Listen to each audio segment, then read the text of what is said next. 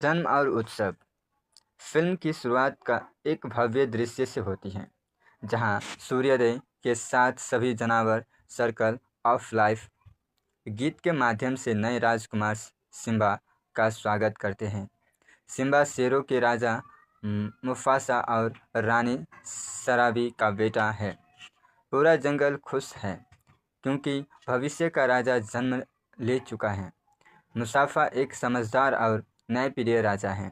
वह अपने बेटे सिम्बा को जीवन के नियम, जिम्मेदारी और जीवन चक्र सर्कल ऑफ लाइफ का महत्व समझाते हैं। सिम्बा एक जिज्ञासु और चंचल शावक है। वह जल्दी बड़ा होकर अपने पिता की तरह राजा बनना चाहता था, लेकिन उसके चाचा स्कार में मन में ईर्ष्या और लालच भरा हुआ है। स्कार हिंसासन पर बैठना चाहता है, इसलिए वो सिम्बा और मुसाफा को रास्ते से हटाने की योजना बनाते हैं। विश्वासघात और त्रासदी। स्कार अपनी चालाकी से सिम्बा को एक खतरनाक जगह पर ले जाता है और फिर जंगली जानवरों की भागदौड़ करवाते देते हैं। जब सिम्बा खतरे में फंस जाता है तो मुसाफा उसे बचाने के लिए दौड़ पड़ते हैं। मुसाफा सिम्बा को तो बचा लेते हैं, लेकिन खुद खाई के किनारे लटक जाते हैं। स्वीकार उन्हें बचाने का नाटक करता है, परंतु धोखे से उन्हें नीचे गिरा देते हैं। इस तरह मुसाफा की दुखद मृत्यु हो जाती है। स्कार सिम्बा को यह विश्वास दिलाता है कि उसके कारण ही उसके पिता की मौत हुई है।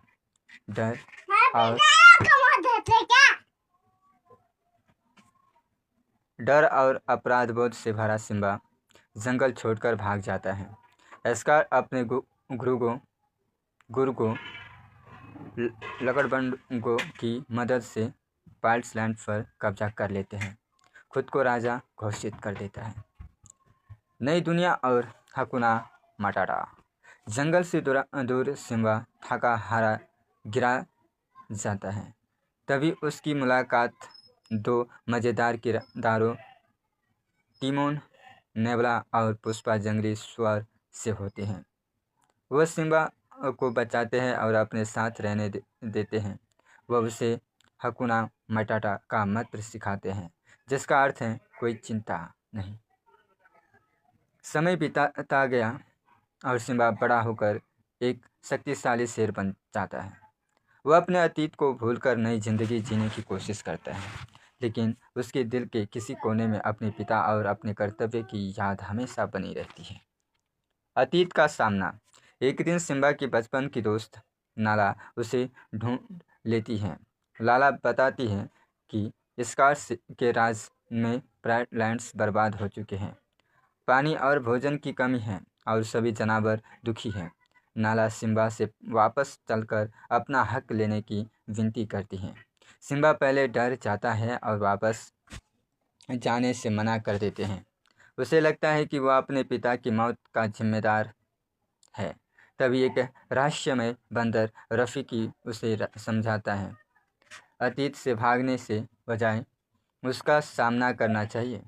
रफ़ीकी उसे यह एहसास दिलाता है कि मुसाफा की आत्मा और सीख आज भी उसके साथ है। एक रात सिम्बा को आसमान में अपने पिता की छवि दिखाई देती है, जो उसे याद दिलाती है कि वह असली राजा है और उसे अपनी जिम्मेदारी निभानी चाहिए। यह क्षण सिम्बा के जीवन का मोड़ साबित होता है। अंतिम संघर्ष। सिम्बा अपने दोस्तों के साथ प्राइड लैंड्स लौटता है। वहाँ देखता है कि पूरा इलाका उजाड़ हो चुका है।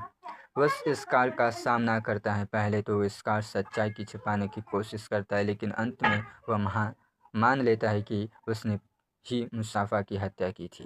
सिम्बा और स्वीकार के बीच भीषण लड़ाई होती है। अंततः सिम्बा स्वीकार को स्कार का हरा देता है। स्कार अपने ही साथियों लकड़बंडों के हाथों मारा जाता है। नार स्कार के आहार के बाद बारिश होते हैं और सूखी धरती फिर से ही हरी भरी हो जाती है। सिम्बा सिंहासन पर बैठता है और अपाल लैंड्स का नया राजा बनता है।